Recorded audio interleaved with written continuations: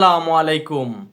আওয়ামী লীগের বিরুদ্ধে যত অভিযোগ বিএনপির নেতাদের, বিএনপির সিনিয়র নেতারা আপনার মির্জা ফখরুল এবং মির্জা আব্বাস, তারপরে রুহুল কবির রেজভী এবং আপনার বিএনপির যে বড় বড় নেতারা তারা বক্তব্য দিত আওয়ামী লীগ নিয়ে যত অভিযোগ ছিল, বিএনপির নেতাদের বিরুদ্ধে গায়েবী মামলা এবং নির্বাচন ব্যবস্থাকে ধ্বংস করা এবং আপনার গুণ খুনের রাজনীতি করা, পুলিশ প্রশাসনকে দলীয়করণ করা এবং আপনার আইন আদালতকে দলীয়করণ করা এবং আপনার টিভি চ্যানেল সেগুলোকে দলীয়করণ করা এবং আপনার যেই সরকারি প্রতিষ্ঠানগুলো সেগুলোকে আওয়ামী লীগ ধ্বংস করেছে।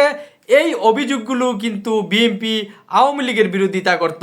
তাহলে আজকে আমাদের প্রশ্ন ওঠে যে আওয়ামী লীগের বিরুদ্ধে এত অভিযোগগুলো, তাহলে বিএনপি এখন বিচারের ব্যাপারে কথা বলতেছে না এবং আওয়ামী লীগের অবৈধ নির্বাচনে মেয়র ইশরাক শপথ গ্রহণ করতেছে, এটা দ্বিচারিতা ছাড়া আর কি হতে পারে? প্রিয় ভাইরা, বিএনপি এই ভূমিকা কেন পালন করতেছে?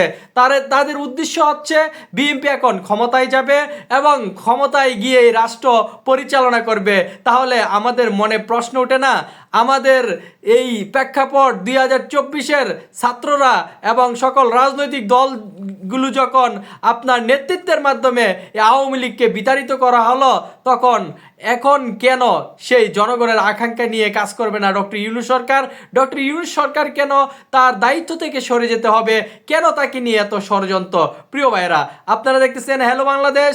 আর আজকের বিষয় বিএনপির যত অভিযোগ আওয়ামী লীগ নিয়ে, কিন্তু অত্যন্ত দুঃখ এবং কষ্টের সাথে বলতে হচ্ছে আওয়ামী লীগের এই যে অভিযোগগুলো বলা এবং ছিল, মানে আওয়ামী লীগের বিরুদ্ধে এই যে অভিযোগগুলো করত বিএনপির নেতারা, এখন তারা সেই বক্তব্য দিতেছে না।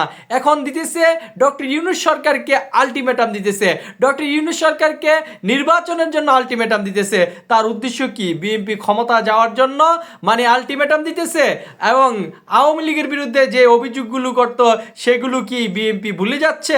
প্রিয় ভাইরা, আপনারা জানেন বিএনপি অনেক নির্যাতিত হয়েছে, জুলুমের শিকার হয়েছে আওয়ামী লীগের দ্বারা, কিন্তু বর্তমান বিএনপি কেন জানি পাল্টিয়ে যাচ্ছে। প্রিয় ভাইয়েরা, বিএনপি যদি পাল্টিয়ে যায়, এটা বাংলাদেশের জনগণের আকাঙ্ক্ষার সাথে প্রতারণা হবে। বিএনপি যদি আপনার তাদের ক্ষমতা যাওয়ার জন্য তাদের আসল রূপ পরিবর্তন করে, তাহলে আবারও কোনো ফ্যাসিস্ট সরকার, জালিম সরকার বাংলাদেশে প্রতিষ্ঠিত হবে। তার কারণ বিএনপি এখন চাচ্ছে নির্বাচন যদি বিএনপির কথা হয়ে যায়, তাহলে তো আর অন্যান্য দলের কোনো গুরুত্ব থাকে না। বিএনপির কথা মতে যদি আইন আদালতের রায় পরিবর্তন হয়ে যায়, বিএনপির নেতাদের বক্তব্যের কারণে যদি সোশ্যাল মিডিয়া এবং বিএনপির নেতাদের কথা মতো যদি বাজারঘাট, রুটঘাট পরিচালনা হয়, তাহলে তো আওয়ামী লীগই ভালো ছিল। প্রিয় ভাইরা, এই কথা তো আমরা উড়িয়ে দিতে পারি না। আওয়ামী লীগের যে ন্যারেটিভ ছিল, আওয়ামী লীগ যে রাষ্ট্র ব্যবস্থাকে পরিচালনা করেছিল, আওয়ামী লীগ ভালোই ছিল। তাহলে বিএনপির নেতারা এখন অতি উৎসাহী হয়ে কেন অপরাধে জড়িয়ে যাচ্ছে?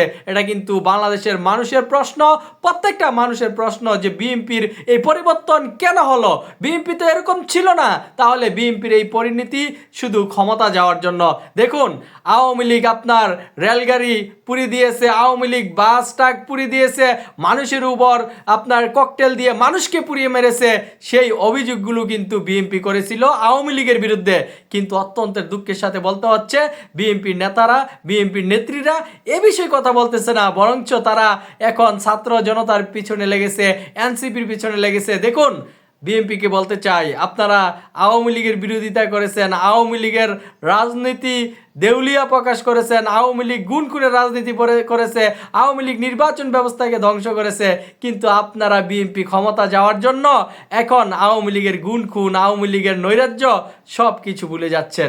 অতএব আপনারা একটি বিচার, ছাত্রকে মারা হয়েছে, আপনাদের ছাত্রদলের নেতাকে মারা হয়েছে, আপনারা কিন্তু রাজপথ বন্ধ করে বাংলাদেশের জনগণকে জিম্মি করে বিচারের দাবিতে কথা বলতেছেন। দেখুন, আপনাদের কারণে কিন্তু এই ডাকসুর নির্বাচন হচ্ছে না, আপনাদের কারণে কিন্তু স্থানীয় নির্বাচন হচ্ছে না, আপনাদের কারণে কিন্তু বাংলাদেশের জনগণের যে একটা আকাঙ্ক্ষা, একটা আপনার দৃশ্যমান হওয়ার প্রয়োজন ছিল, সেটাও কিন্তু হচ্ছে না।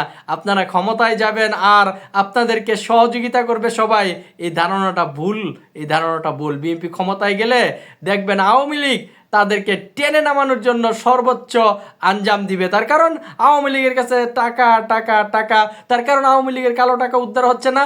আর এখন বর্তমান সময়ে যে আলোচনা হচ্ছে, আপনার ইসরাক মেয়র পদে আপনার ঘোষণা, শপথ বাক্য গ্রহণ করবে, তাহলে আমাদের জিজ্ঞাসা যে আওয়ামী লীগের বিরুদ্ধে এত অভিযোগ ছিল, কারচুপির নির্বাচন ছিল, আপনাদের কি মুখে লজ্জা নাই যে আওয়ামী লীগের কারচুপির নির্বাচনে এখন মেয়র পদে শপথ গ্রহণ করবেন?